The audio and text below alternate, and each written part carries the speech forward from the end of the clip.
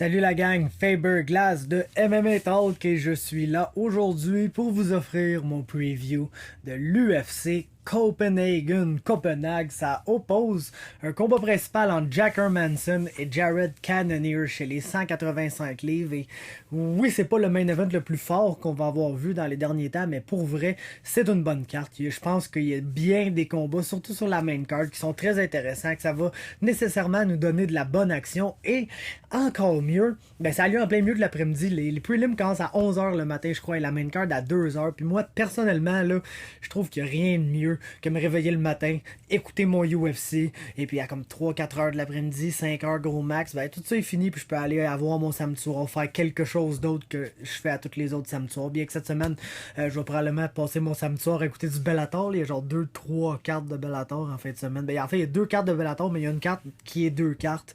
On n'essaiera pas de comprendre ça, mais oui, il y a beaucoup de Bellator en fin de semaine aussi. Puis c'est des bonnes cartes, là, c'est le Featherweight Grand Prix, puis tout. Fait que je vais sûrement passer mon samedi à écouter du MMA pareil, mais je viens d'invalider mon propre argument, là. C'est stupide as fuck ce que je viens de dire, mais c'est pas grave. Je suis là pour mes analyses et prédictions de la carte de l'UFC Copenhague et on va commencer à l'instant même avec le combat principal de la soirée chez les 185 livres, Jack Hermansson qui obtient un genre de hometown fight. Je sais que c'est un Suédois, mais je pense qu'il y a des origines soit norvégiennes ou danoises, je me rappelle plus trop, mais bref, c'est en Scandinavie, là, veux pas le Copenhague c'est au Danemark, c'est en Scandinavie, donc c'est pas mal un hometown fight, surtout quand t'affrontes Jared Cannonier, un Américain qui a absolument pas rapport avec rien de scandinave dans la vie.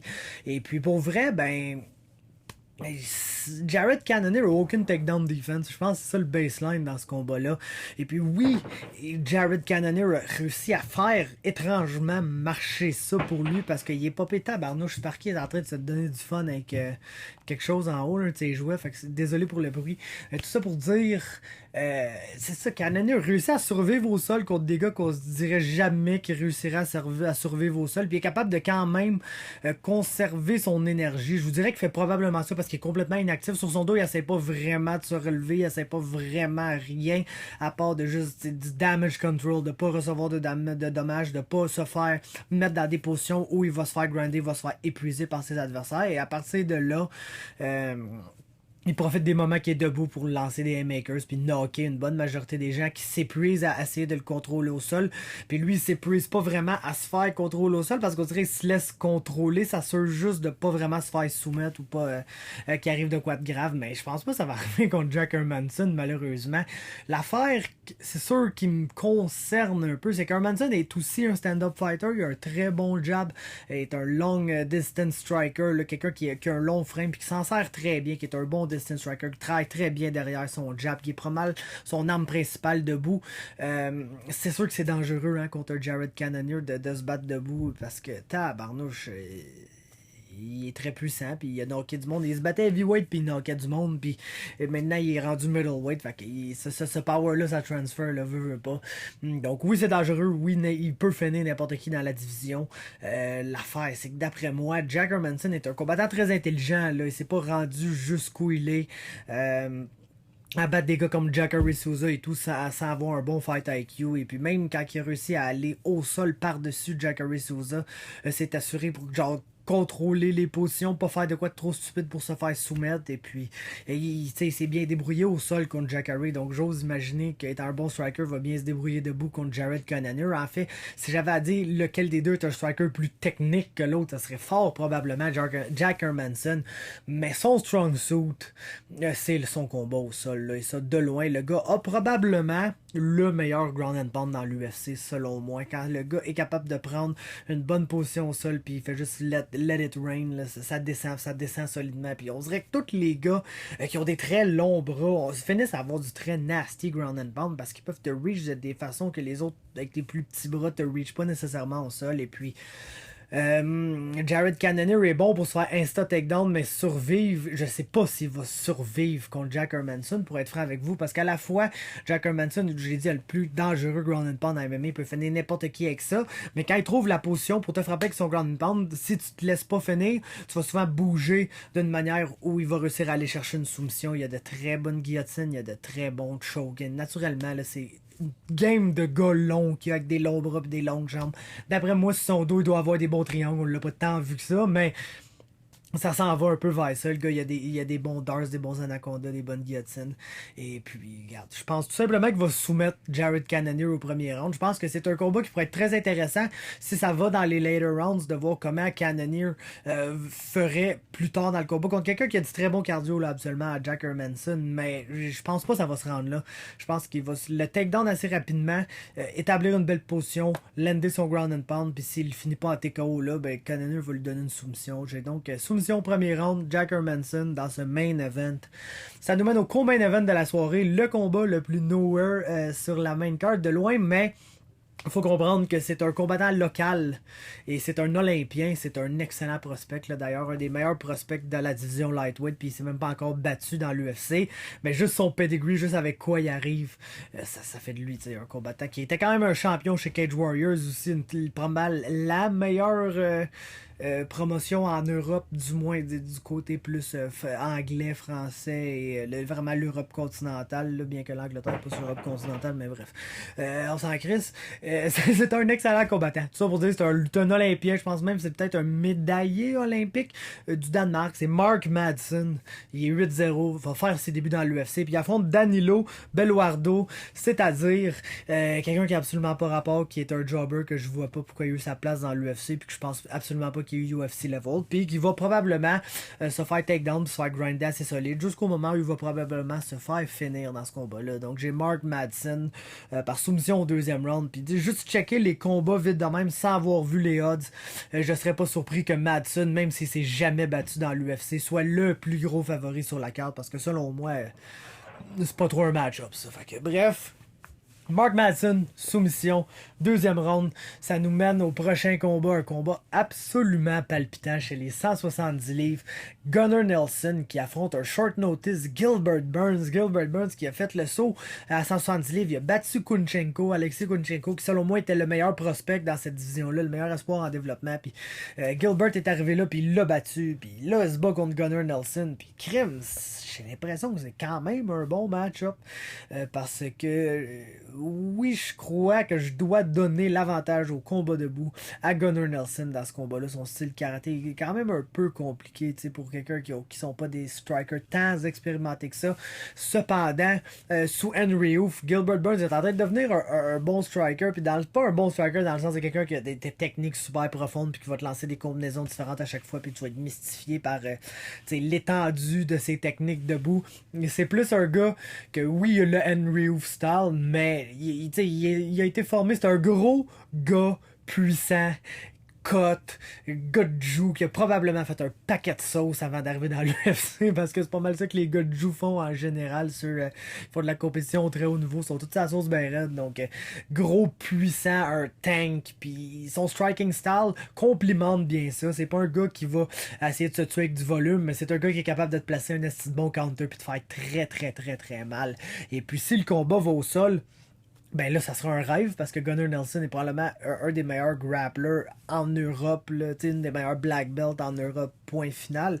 Et Gilbert Burns est un top level Brazilian Jiu-Jitsu fighter et un des meilleurs là, qu'on a dans l'UFC, vraiment. Donc, j'aimerais vraiment ça qu'il se batte au sol. Je penserais pas que ce combat-là au sol, ça irait en faveur de Gunnar, cependant. Donc, pour cette raison-là, je vais prendre Gilbert Burns par décision, mais si les deux font juste se battre debout. Ce qui a de très fortes chances d'arriver parce que ce sont, oui, deux grapplers, mais deux grapplers qui sont très confortables debout, qui ont une bonne base debout, qui ont déjà gagné des combats avec leur combat debout. Donc, je m'attends pas à ce que les deux aient vraiment besoin de grappler l'un l'autre pour penser gagner ce combat-là. Donc, ça me surprendrait pas que ça soit juste un combat debout, puis Gunnar, ça edge Gilbert Burns. Puis, je pense que c'est pour ça que ça doit être un combat très serré dans les odds, mais j'ai Gilbert Burns par décision ici parce que vrai, je souhaite juste que ça aille au sol. C'est tout. Ensuite, et 205 livres, Ion Cutelaba affronte Khalil Rountree Jr. Et si Khalil Rountree est le même Khalil Rountree que dans son combat d'avant où il arrive là, typique Muay Thai fighter, super technique, des gros kicks, la technique super crisp. Il va toy Ion Cutelaba, qui est un bon boxeur, qui a une bonne technique en boxe, mais que je pense que si Khalil réussit à garder ça at kick and range, va le punir assez sévèrement. Puis Ion Cutelaba, sa façon de réagir quand il se fait faire mal, c'est juste de courir encore plus après toi. Donc j'ai comme l'impression que ça pourrait être le genre de combat où on voit Ion Cutelaba rentrer dans des strikes de Khalil Roundtree et ce pendant tout le long. Il est assez tough, je vous dirais. Cutelaba, habituellement quand il se fait finir, c'est au sol, soit par TKO ou par soumission. Je vois pas full Roundtree aller shooter des takedowns pis tout dans ce combat-là. Donc j'ai comme l'impression que ça pourrait être une décision où les deux se donnent des bons coups, mais clairement Khalil land les meilleurs coups. Et c'est pourquoi j'ai Roundtree par décision dans ce combat-là. Ça nous mène à un autre combat chez les 205 livres. Mikhail Oleksiejczuk affronte OSP, Ovince Saint-Preux, le seul, l'unique, qui est un peu dans un creux de vague. Hein. Les derniers combats, ça n'a pas trop bien été pour lui. Une coupe de victoires parsemée ici et là, mais on dirait qu'il perd plus dans les derniers temps. C'est quelqu'un qui est pas tant vieux, mais qui a beaucoup de combats. Les 23-13, c'est donc 36 combats professionnels déjà pour lui. Ça fait déjà un bon petit moment qu'il se bat. Et puis Oleksiejczuk, lui, est vraiment un des gars on the rise dans cette division-là. Et parmi tous les bons prospects, les bons gars qui, selon moi, vont être des top 10 fighters, c'est probablement celui de qui on parle le moins. C'est peut-être parce que ses combats sont très courts, mais checker Johnny Walker, ses combats sont très très courts aussi, puis pourtant le monde parle de lui. Donc je sais pas qu'est-ce qui manque à Oleksiejczuk pour avoir cette recognition-là, mais d'après moi, il va faire très mal à OSP debout, et puis OSP, je sais pas s'il va réussir à garder ce combat-là au sol, mais je penserais pas, pour vrai, je penserais pas. Puis Oleksiejczuk, oui, frappe fort, quand même une bonne technique debout, mais c'est quelqu'un qui a absolument pas peur de brawler puis de salir les mains pour aller lander ses coups. Donc, je pense qu'il va probablement battre OSP par TKO au troisième round, mais je pense que ça peut un peu arriver à tout moment du combat. J'ai dit troisième round parce que j'aimerais quand même ça que ça dure. Je pense que si c'est un combat qui dure un peu, ça va être un bon fight, mais je ne pas trop me fier là-dessus pour être franc avec vous. Donc, Oleksiejczuk TKO troisième round, ça nous mène au premier combat de la main card, et c'est chez les 170 livres, et c'est étrangement un des combats les plus difficiles à prédire pour moi sur cette carte-là. Nicholas Dalby fait son retour dans l'UFC, un combattant que j'adore, un combattant, écoute, dans le vieux temps, j'avais comme son Snapchat, je sais pas pourquoi, puis des fois on se jasait sur Snapchat, puis j'étais un peu fanboy devant ça, c'était, je pense même avant que j'aille la page, puis tout, pour vrai, puis tu sais, je fanboyais un peu, parce que c'est un combattant du UFC, puis tout, mais le gars était vraiment chill, man, puis ça a fait de lui un combattant que j'aime, un combattant pour qui je vais toujours root. Et il affronte Alex Cowboy Oliveira. Et puis j'avais comme tendance à y aller pour Oliveira, je vous dirais, dans ce combat-là, mais écoute, il est poche, man. Il est poche, si on dirait. À chaque fois que je vais dire, non, d'après moi, il va gagner ce combat-là, il finit par, tu sais, comme il contre Yancy Medeiros, je pensais qu'elle allait gagner, il m'a déçu. Contre Mike Perry, je pensais qu'il allait avoir assez de chiens, tu sais, pour bully Mike Perry un peu, il est tellement plus gros que lui. Fuck all, man. Donc, j'aurais pas Oliveira dans ce combat-là, surtout qu'il se bat contre quelqu'un que j'adore, donc ça va être dur de le prendre, mais bref, je croyais Oliveira, parce que j'ai déjà vu Darren Till se faire bully par Darren Till. Nicholas Dalby se faire bully par Darren Till. Oui, ça avait été un combat nul, ça avait été un draw, leur combat. Ça avait été Dalby qui fait bien, puis à un moment donné, il se fait juste démonter ben raide, puis perd un 18. Puis ça a tendance à y arriver contre des combattants qui sont plus physiques que lui, plus gros, plus imposants, plus forts. Puis on dirait que la seule chose qu'Alex Oliveira fait bien, c'est être gros et être fort. Cependant, il gaze out badly. Puis il gaze out badly des fois dès la fin du premier round. Et puis ça me force à croire que probablement que ça va être un combat très serré. Probablement on va peut-être même se retrouver avec une split decision. Où Oliveira risque de bien commencer, risque de bully Nicholas Dalby. Limite lui faire très mal. Mais Dalby est tellement tough que je pense pas qu'il réussisse à le finir ni rien.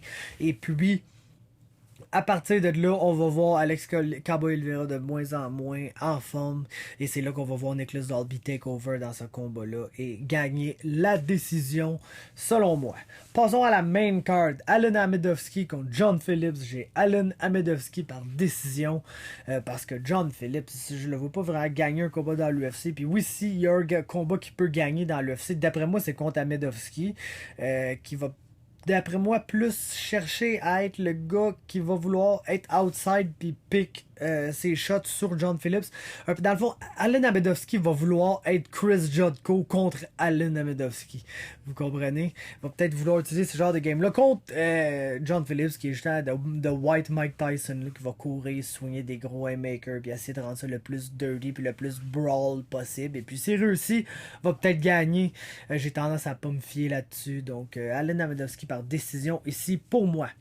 6e combat de la soirée, c'est chez les 185 livres, toujours Alessio Di Chirico affronte Mahmoud Muradov, le seul combattant MMA qui est signé sous le management de Floyd Mayweather, somehow. Et puis, il n'y a pas trop grand chose, Mahmoud Muradov, c'est le genre de combat des deux gars qui sont comme vraiment corrects partout, mais pas vraiment bons nulle part.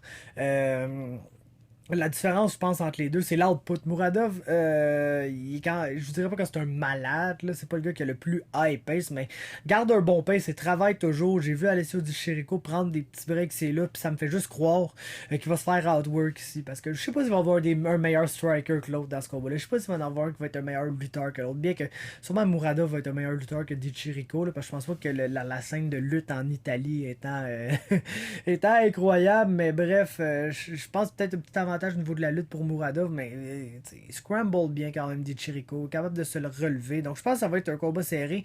Il y en a juste un qui va en faire un peu plus que l'autre, puis ça risque d'être Muradov, donc je l'ai par décision. Un autre combat ici que je sais pas trop quoi faire parce que Ismail Nordiev, pour moi, c'est un des plus grands points d'interrogation dans l'UFC. Il affronte Siar Baharduzada ici. Et puis, dans le fond, Nordiev est arrivé, il a eu l'air du plus grand tueur en série. Il a stuffé tous les takedowns de Michel Prazeres, qui est un des excellents lutteurs le brésilien dans l'UFC, puis un des excellents gros control grapplers qui vient juste se coucher sur toi et être lourd jusqu'à temps qu'il choke par North-South choke, genre le choke de Golo le plus choke de Golo de l'histoire du Jiu, genre.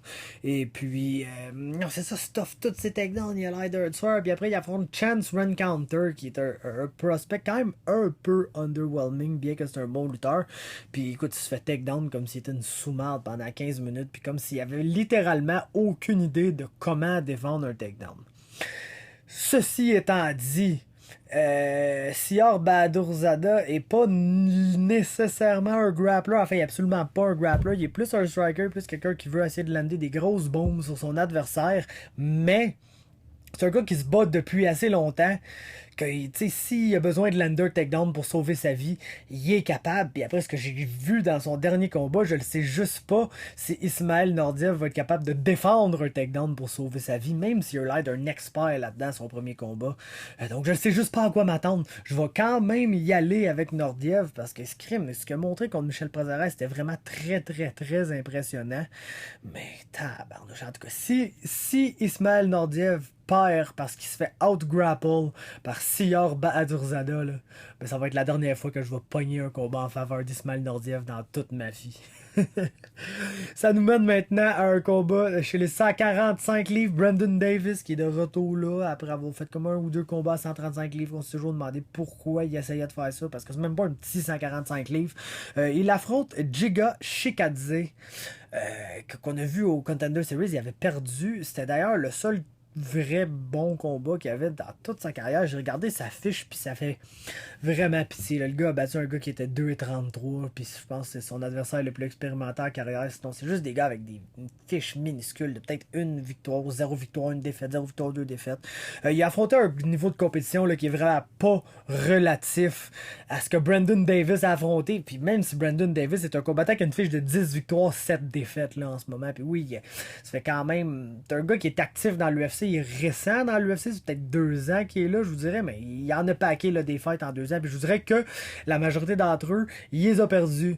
Mais ça reste un gars qui travaille très fort, c'est un bon striker, il lène beaucoup de volume. C'est pas le gars qui a la meilleure takedown defense, mais il make up for it en travaillant très fort. Et puis, je sais pas si le game plan de Chikadze, ça va juste être de le takedown puis de le garder au sol coûte que coûte, mais Brandon Davis travaille assez fort. Puis écoute, Chikadze a tellement pas affronté d'adversaire legit dans sa carrière que juste pour ça, je peux pas le pick contre Brandon Davis qui, non, a pas une belle fiche, non, est pas le meilleur des combattants, mais a affronté un shitload de gars vraiment très legit, genre Zabit et compagnie.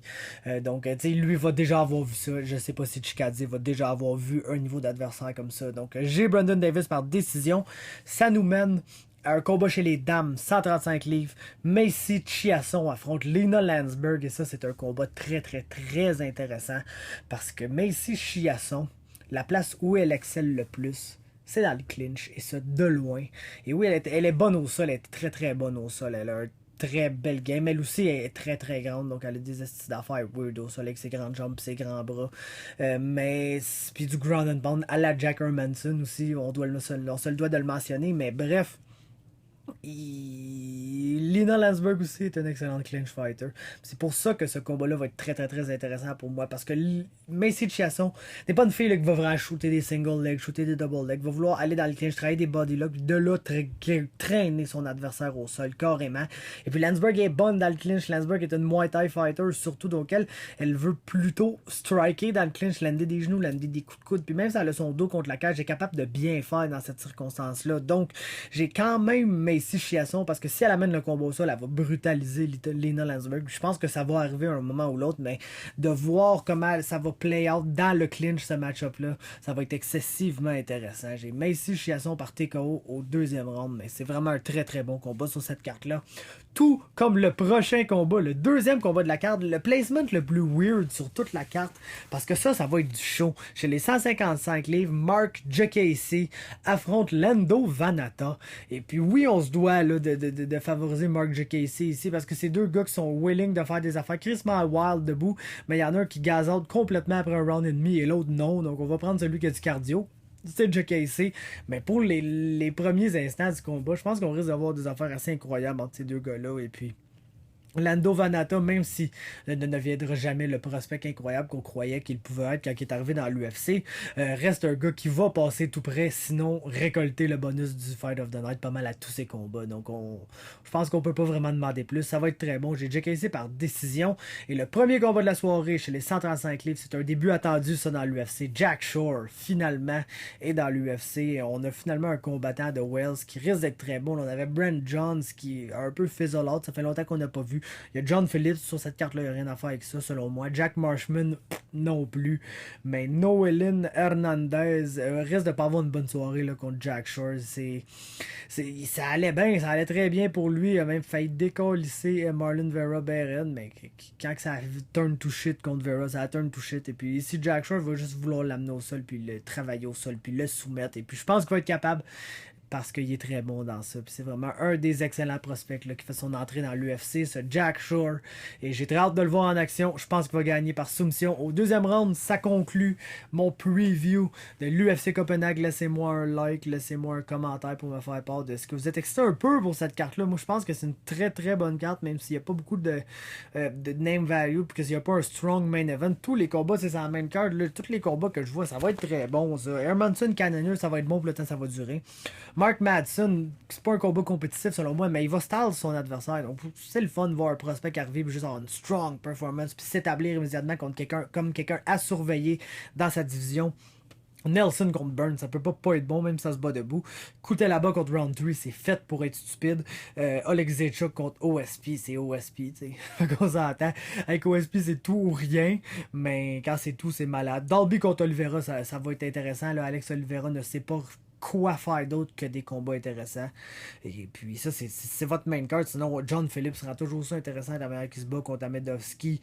Ensuite, Macy Chiasson contre Lina Landsberg, Mark Diakiese contre Lando Vannata. Donc c'est une bonne carte, une très bonne carte. Peut-être que le main event n'est pas le plus fort qu'on a revu, mais c'est une excellente carte. Donc laissez-moi vos opinions là-dessus dans les commentaires. Partagez avec vos amis. Abonnez-vous à MMA Talk sur Facebook, sur YouTube, sur Instagram, à DMMA Talk, sur Twitter, D-MMA Talk, et finalement visitez le MMAtalk.ca à tous les jours pour vos infos d'arts martiaux mixtes.